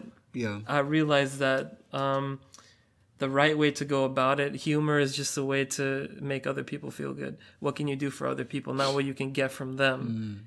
That was my shift in intention. Yeah. Yeah. I think, definitely humor has that. Again, I love how it's strange how you were talking about avoiding the dualities of life earlier in terms of pain and pleasure, but there's certainly always 2 ways you can go about just about anything. There's a selfless way and a selfish way. Yeah. Maybe not kind of pinpointing good and bad in terms of selflessness and selfishness. And so when you say that, you can make a girl laugh and you can make these people laugh for yourself, right? There's something to being content and stopping with their laughter. Yeah. Right? The fact that, they are happy and their bliss alone, regardless of whether it's attached to you, that's something beautiful. And that's what has gotten me a couple of times in terms of, I don't know, when other people are the funny people in the room, and not wanting yourself to be the center of attention, right? Not trying to be the one who has the crowd around you is something that's taken me. I'm still learning it because I'm pretty selfish in that respect. Yeah. It's humbling because when you do it right and when you allow the people in the room to just be happy, and if there's not any other, intention there that's self-seeking, then you do get that sense of community. And that community, as you said, is a very good marker for, I think, that objective reality and that objective truth. I have not a lot of moments, but there are a couple of moments, and they're always surrounded by laughter, that I think are probably the truest expression of divine transcendence, where I just see it as good, and there's no other word that comes to my mind except good. It's almost, when you were talking about meditation and you said words fall flat, the only word I've found to describe these moments is just good. Yeah. And that's the epitome of goodness that I look for and I genuinely strive for, is when there's a group of people around and we're laughing and smiling and having a good time, and there is zero suffering, right? And there's no fear. There's no anxiety. There is love, and there's peace, and there's happiness. That sounds really hippie, but it's just that, right? There's no jet ski. There's no Ferrari. There's no PhD. There's no billion-dollar house. There's no girlfriend. Yeah. Rest in peace. But there doesn't even need to be any of that. It's just genuine human connection. Yeah. Right? And when I see that so purely, it strikes me as good. And that's, I think, where I genuinely derive, even my definition of God from, in the Christian sense, comes back to community. I could not begin to explain this well, but basically, you've heard, Father, Son, Holy Spirit. The Christian idea of God is that God inherently needs to exist in community, right? And that has stuck with me so well, strangely, even though people can't physically explain it. Just the idea that if there is a God, it's monotheist, but there's 3 parts to him, and that he's constantly dancing around himself and serving himself and needing to create a larger community and a larger family to kind of extend his reality, and kind of extend himself to purely serve and create for other people. Yeah. Right? And that is comforting because it's not as if, and this is not to dismiss immediately just other means of believing or faith, but like if God was just God and he's that Zeus looking figure that you see in a cloud in every movie from the 1900s, right? Monty Python. If that was all that God was, then it wouldn't make sense to me because the image in my brain, just the signs wouldn't compute in terms of, okay, he's like a king. Is he a good king? Is he a bad king? Is he whatever? You know, but if there's more to him than that, and he inherently in of himself needs community or wants and desires community, then it makes sense to me why I feel so good in community. Because if there is that design to me and I'm designed in his image, then why would I not be wired to enjoy intimacy and connection? Yeah. You know? And so that's probably one of the more confirming experiences for me. And it's like hit or miss when it happens, but there's just a snap of the fingers and it's truly transcendent. You know, words will fall short if I keep rambling about, but that, I think, when you hit on community and selflessness there, I was like, that's what put us together. Yeah, I think there's a tendency for a lot of people to isolate, you know, build a little sphere or an island on which they're the only inhabitant. And, you know, a lot of times that island can be your cell phone or Facebook, which is the illusion of connection. It's not actually there. None of these people exist in reality around you. They're just on the digital screen, you know. And it's even like the whole likes and shares and all that, the whole system of approval and a currency of do people like me enough that I posted my picture of, I don't know, like a taco on Instagram? Will people like me? Yeah. And I'm very wary of social media in general because I don't want to present a version of myself that is greater than what I actually am or be inauthentic in that way. I think a lot of people do that. And I think it's strange because when social media is described at its best, it's described as community. Or when the internet and new media in general described at their best, is described as community. And I think that just shows you, I mean, the perceived narcissism and self-seeking that occurs on Instagram, on Snapchat, on Facebook, whatever, for the likes and the shares. Yeah. I don't know if it's that, right? I've increasingly kind of changed my mindset in that respect where I genuinely think people are seeking community, right? They're not just seeking affirmation and attention. They're seeking people around them with whom they can interact, right? And I think practically I've experienced this with Instagram stories, which is really weird because, I mean, you just take pictures, you flex, you do whatever, you post it, right? And originally for me, I was like, okay, who saw this? Who saw this? Who saw this? Who saw this? Or if it's a picture, who liked this? Who liked this? Who liked this? Yeah. What warms my heart and just sends my, you know, endorphins through the freaking roof is if there's a comment or if there's a DM, right? And however far removed you are via the screen and the medium, there's that hint of connection, right? And that's the hit that you're looking for. You know, that's the drug, is connection. And granted, the medium is very good at selling it where it's not there, you know, in terms of likes, in terms of shares, in terms of whatever. But we have to understand who we are. And it shouldn't be a surprise to us that we are so wired to become addicted to the thing that can commodify community and sell it back to us in a way that fits into our hands, in a way that we can check every second of the day, and in a way that actually evaluates us, right? And gives us value within our community, that gives us clout, you know, whether or not you're verified. I think the key thing about community is that it's not about yourself, right? So it's essentially when you receive that DM, you know, how can you know that's not about approval? Because if someone DMs you, hey, that flex picture you just posted was absolute crap. You have no muscles. It looks like some dough or something, you know.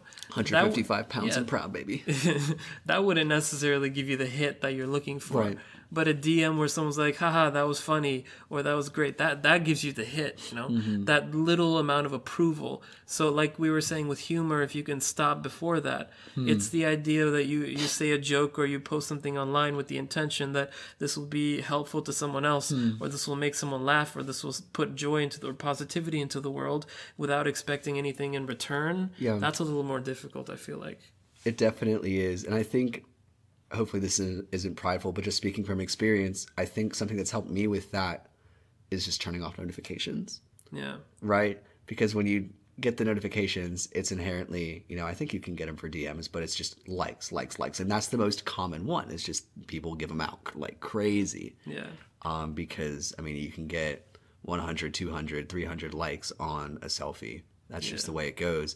And if you can see all of that come in en masse on your phone throughout the day, then you have this illusory connection to people, or this illusory affirmation that's, you know, we understand is so fundamentally shallow based on the medium. We understand that at this point. We understand what likes are. We hopefully understand what they're not. But we can't deny, again, that biological hit of happiness, right? And being able to separate ourselves from that hit or the pursuit of that hit for the sake of community. Yeah, because that happiness is never enough. You need more of it in order for it to be anything meaningful. Because you get one of those and then you yearn for another. It's not like, oh, I got one post with 200 likes. That's it. I'm done. I'm set for life. No, you need another one, and then you need another one. And then when it starts to go down, so does your self-esteem. And when it goes up, you're feeling like you're the king of the world. But it's not like a sustainable thing. Yeah. The most important thing for me, though, is to not use social media as that drug. I don't want to use it like that. Yeah. I don't want to use it like a drug, but it can be a good place for community when it's not being used that way. So Twitter was thinking about getting rid of retweets and likes or something. Same with Instagram. That's interesting. Yeah. I know. And yeah, it's generally like, I mean, it's evolved and mutated. The platforms have to an extent that nobody originally imagined, right? We didn't know 15 years ago how in the world Facebook would play out, right? That it would suddenly become a political icon. Yeah. You know, it's interesting just how much we're learning about ourselves through social media, because I think it's revealed to us and shown us a lot more of who we are than we were willing to take. Because it's amplified us in a way, but I don't think it's changed us. You know, I think that, again, I'm not the first one to say this, certainly, but when people are saying, oh, you're so shallow on Facebook, you're so shallow on Instagram, you're just so selfish on Snapchat, or like just flexing, you freaking prideful, whatever. Like, you were that person before. Yeah. I'm going to take a random guess and say you had those thoughts before, and what the platform did was give you an avenue and an ability to express those thoughts you had about yourself, or those desires you had to present and to perform and to gain approval and affirmation. We have those in us innately, right? We have that desire for connection and affirmation. And what social media did was just show us how possible it was to be loosely connected and affirmed. And then it just also showed us, again, how universal that desire is. You know? Yeah, it amplifies who you already are, for sure. Yeah. If you're shallow, it makes you even shallower. It's like the pool has no water left. Yeah. Yeah, and then if you're deep, it makes you even deeper. Ooh. Yeah. It's an interesting place. I mean, and I certainly have just got my own personal experience to go on to watch performance. I'm gonna sneeze. Oh gosh. No, I'm not. Maybe I am. Okay, I'm good. Sorry. Preemptive, bless you. To watch people perform and to see the strange lack of consequence for some types of performances. You start to see what's valued or what's in, you know, when hashtags were a thing, when the duck face was a thing, when just any viral Vine or meme occurs.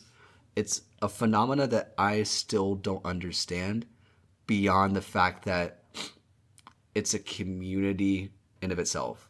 Because if you participate in a meme, right? If you feel like you're part of something. Right. Yeah. If you remake a Vine, if you remake a video with Old Town Road playing in the background, right? If you can remix something, you are now a part of something that's strangely, again, bigger than yourself. Yeah. You start to realize that, wait a minute, hashtag lit has 10 million posts, you know, that's now a thing. Or I'm trying to think of something that's remotely relevant now, but I guess like like memes and stuff. Yeah. Yeah. So it shows you, and it's strange because if you showed any of this to somebody 20 years ago, they'd be like, what the heck?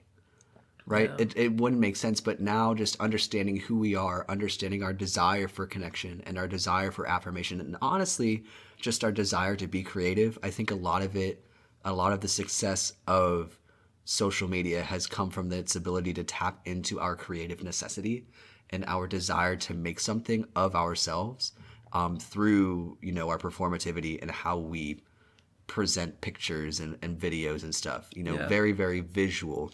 But the fact that we've been creative and there's just been the spirit inside of us as humanity for the longest time to make something and to progress, if that's a good word to describe it, social media captured that and again commodified it and gave it to us in a package that is so accessible, right? And I think that's part of why it's successful. You have a reasonable audience size, right? A couple hundred. Yeah. Do you feel the need to perform to that audience? Do you feel that you need that audience? Well, hope not. Not sorry, audience, but it's like even with this, like this right. is a really nice platform where you can for self-improvement and growth and having interesting conversations. But sometimes it feels like everybody needs to perform somewhere to someone. Yeah. Well, so selfishly, and this is how I've kind of thought about recently, my first mission is to enjoy this moment that we have, right? Again, being in the present and all that stuff. And that was honestly such a big part of even starting this because I don't get to see as much of my friends as I would like to. And so a lot of this selfishly is me trying to reach out and establish deeper relationships and individual community one-on-one with people as it happens, you know? And the fact that there are now a couple of hundred people also just enjoying and tuning into the conversations that we're having, right, is a bonus, you know, and hopefully, you know, community is forged within these people that whatever ideas kind of get shared here repeatedly over time sink in somewhere and within that little trench kind of something can spring up. Yeah. I have no idea what that's going to be. I have no idea when that would be, but that's genuinely a hope. But if that never happens, I don't care because I have these moments, right? And if next week I was just like, I'm done with this, I would still have, this is what, 26 episodes, at least an hour or so a piece of me having relationship with people, right? And that's not the last thing I love to do with this is listen to myself or look at myself. But I love listening back to conversations that I've had because this is weird. I don't know if you did this, but like when I sit in bed after like a great day, you know, I just replay those conversations, right? Yeah. I replay my favorite conversations in my head, or I imagine future conversations. Oh, that's what you're talking about, yeah. Right? You know, and so you don't literally record all your conversations in life, all your interactions. I mean, yeah, and so this provides a very practical way to do it. I mean, I listen to this in the car. Like I listen to this sometimes because I remember these little bits. I said that one great joke and that person laughed. And it's right. Hopefully that is less prideful than it sounds coming out of my mouth, but I genuinely enjoy replaying the sense of community in those moments of isolation, right? When I don't have somebody by me, and I mean, I could text somebody, I could call somebody, right? But being able to remember a moment where, oh my gosh, this was such a great and intimate point of connection with somebody, you know, for however long somebody's sitting here and we're talking, you know, getting to understand that this is real. That's a really healthy attitude to have because a lot of people can become addicted to the audience. Yeah, like they. Sorry, audience, I don't care about you yet. No, I'm scared. LOL. yo, that'd be the strangest blessing in the world is to find out somebody actually cares at this point. Yeah. And they like care enough to leave a hateful comment. That'd be Yeah. cool. I'd figure out pretty quickly if I have actual fans or not. Yeah. If I get no comment, we'll know otherwise. But dang, anything else that you wanted to talk about that we haven't hit on? The country of Lithuania. The country of Lithuania. Oh my gosh.